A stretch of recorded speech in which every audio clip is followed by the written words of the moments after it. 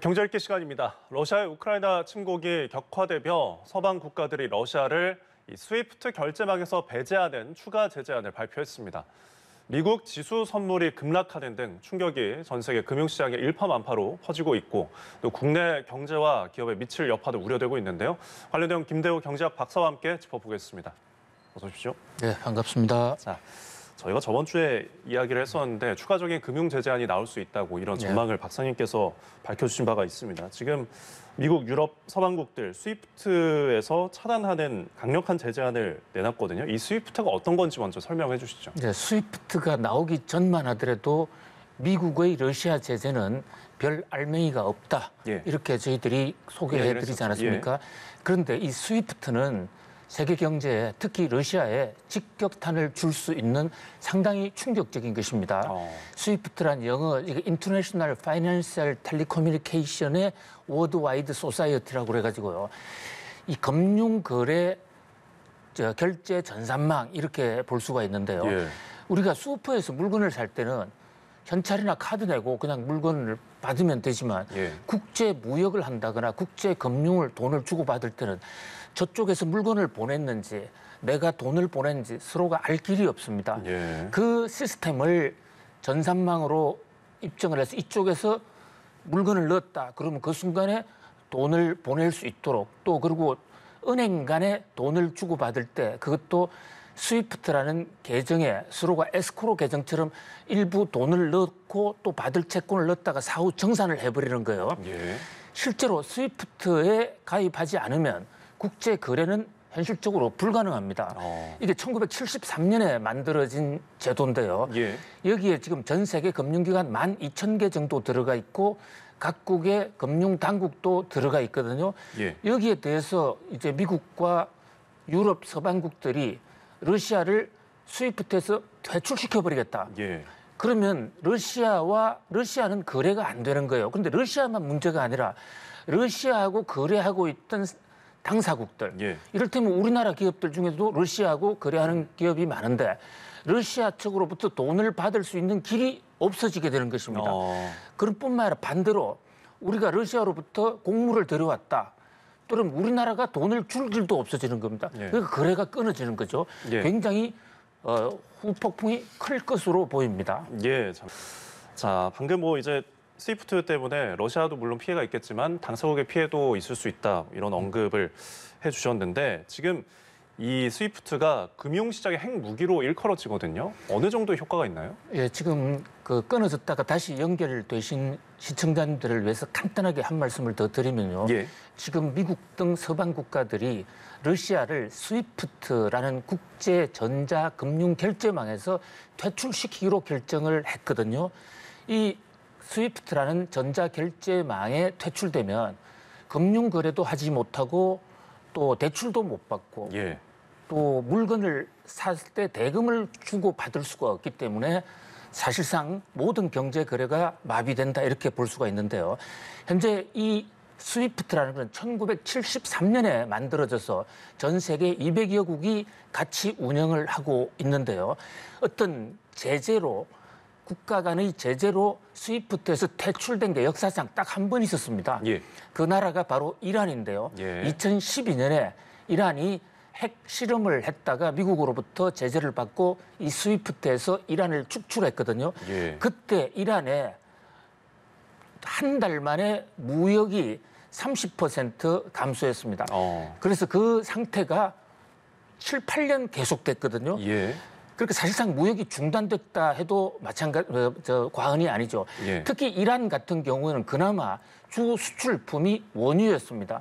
원유는 오랜 고객이 있고 또 원유를 수입하지 않으면 안 되는 나라가 있었기 때문에 그나마 팔린 건데요. 만약에 지금 한국이나 대만, 일본 같은 나라가 갑자기 스위프트에서 축출된다. 그것은 경제 파탄이다 이렇게 볼 수 있습니다. 많은 기업이 부도가 날 것이고 돈을 제때 받지 못하고 주지 못하고 상품도 구하지 못하거든요. 그러면서 상당히 심각한 사안이 다만 이번에 아직까지 지금 러시아를 상대로 스위프트 축출의 확정은 되지 않았습니다. 하겠다고만 했는데 그런데 지금 현재까지 나오는 얘기에 따르면 러시아의 경우에는 유럽과 천연가스나 또 국제 유가 주고받는 게 있으니까 은행별로 좀 선별을 해서 모든 은행이 아니라 일부 은행만 1단계로 스위프트 축출을 하고 예. 하는 거 봐가면서 푸틴 대통령이 계속 강공책을 밀어붙이면 그때는 전부 다 스위프트에 축출할 수 있다. 그래서 단계적 제재를 선택했습니다. 예, 아직 시행에 들어간 건 아니지만 그래도 어느 정도 러시아의 피해가 예상. 또 기업들 피해가 불가피하고요. 또 하나는 우리가 러시아로부터 천연가스나 곡물을 들여오고 있는데요. 예. 이것을 우리가 곡물을 들여와도 돈을 줄 길이 없기 때문에 러시아가 우리나라에 더 이상 물건을 팔 수가 없게 됩니다. 예. 그러니까 러시아나 우크라이나 이런 지역으로 붙어서 물건을 많이 원자재를 도입해 오던 예. 이런 기업들도 같이 피해를 받게 되는 것이죠. 예, 좀 우려스러운 상황인데 저희 조금 전 들어온 속보 내용을 다시 한번 정리를 해드리도록 하겠습니다. 정부가 대러시아 경제 제재 조치를 결정을 했습니다. 정부는 수출 통제 허가 심사를 강화해 대러 전략물자 수출을 차단하고 비전략 물자는 관계부처 검토하에 확정하기로 했는데요. 또 정부는 아울러 스위프트 배제도 동참할 계획이라며 이 같은 결정을 미국 측에 외교 채널로 사전 통보했다고 밝혔습니다. 보다 자세한 내용은 저희가 들어오는 대로 계속해서 전해드리도록 하겠고요.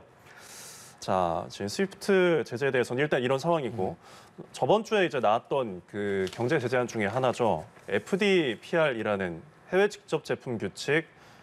이것에 대한 제재도 우리나라가 지금 예외 국가가 될지 동참을 할지 이거에 대한 말이 좀 많은데 정부는 일단 예외 국가가 되기 위해서 다각도로 방안을 모색하는 중입니다. 좀 관련해서 어떤 분석이 있나요? 네, 러시아 푸틴 대통령 때문에 우리가 경제 용어 새로운 거 정말 공부를 많이 하는데요. 예. 스위프트 뭐는 너무나 쉽게 국제 결제망. 그다음에 또 하나 지금 바로 앵커님 말씀하신 게 FDPR이라는 게 있습니다. 이것은 미국 아닌 다른 나라의 기업에 대해서 그 나라 기업이 러시아하고 물건을 팔 때 그 원재료나 설계 도면이 만약에 미국에서 왔다 그러면 예. 미국 허가 없이는 팔지 못하도록 하는 조처거든요. 예. 한마디로 미국 아닌 다른 나라 국가에 러시아 수출을 통제하는 것입니다. 예. 지금 미국은 이미 FDPR을 발동을 했죠. 그런데 예. 여기서 하나 문제가 되는 것은요.